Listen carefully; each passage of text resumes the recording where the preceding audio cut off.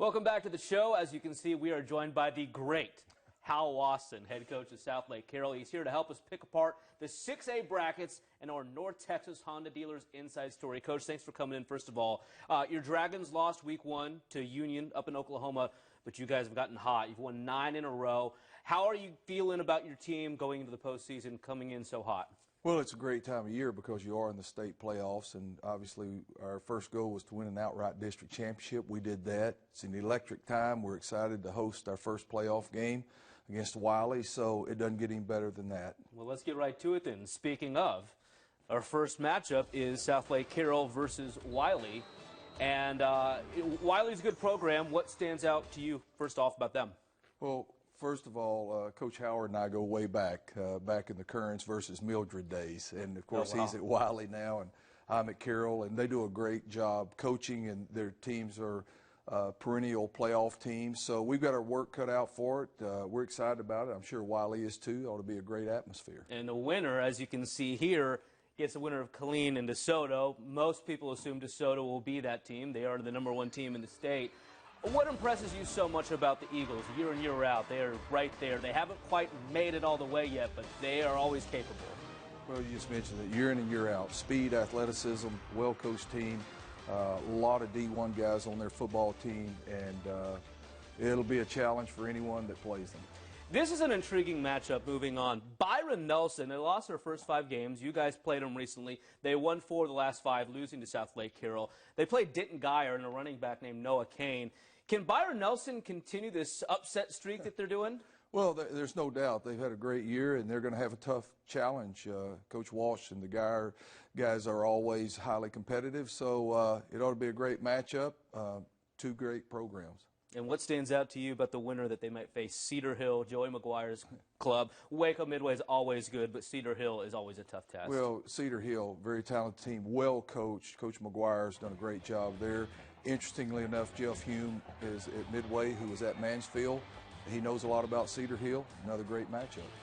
Looking ahead, you get Naaman Forest and Jesuit. Now, the cool thing about that at Jesuit, Jordan Spieth came in on a helicopter before the game to drop off the game ball, which was really, really neat. Who is Southlake Carroll's version of a guy who would come in on a helicopter and surprise everybody, a celebrity type? Maybe too mean to mention, but I've got to say this. Jordan Spieth doesn't realize it, but I'm his lucky charm because I actually got an invite to go to the Masters the year he won it, so he doesn't realize it, but I'm his lucky charm. All right, well, the winner of that one will play Lufkin and John Tyler. We know that they're both very good, but let's move on elsewhere. Lakeview Centennial, home to this week's bobblehead winner, LC Greenwood, and Lake Highlands. The winner of this game gets East Texas Power Longview or South Texas Power Beaumont Westbrook. Coach, Lakeview Centennial is loaded with star athletes. Are they capable of making a run? Well, I'd say anybody's capable of making a run if they get hot at the right time. Another good matchup, and time will tell. Here's a matchup that is usually saved for late November, but a first-round matchup, Euless Trinity and Allen.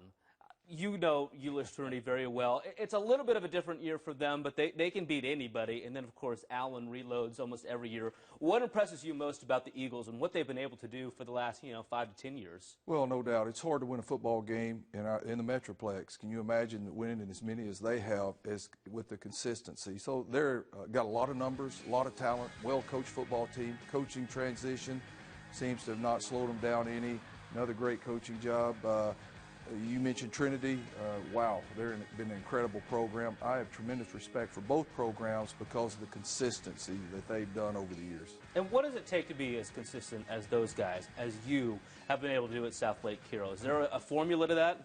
Well, I don't know if there's nothing magical about hard work.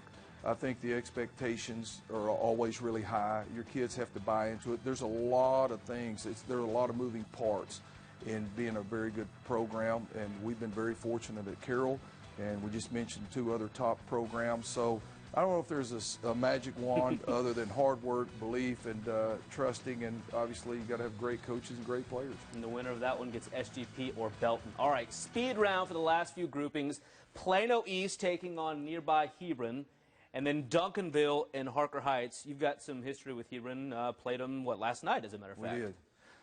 What stands out about them? Athleticism. They've got an outstanding quarterback, a couple of electric receivers, speed in the backfield.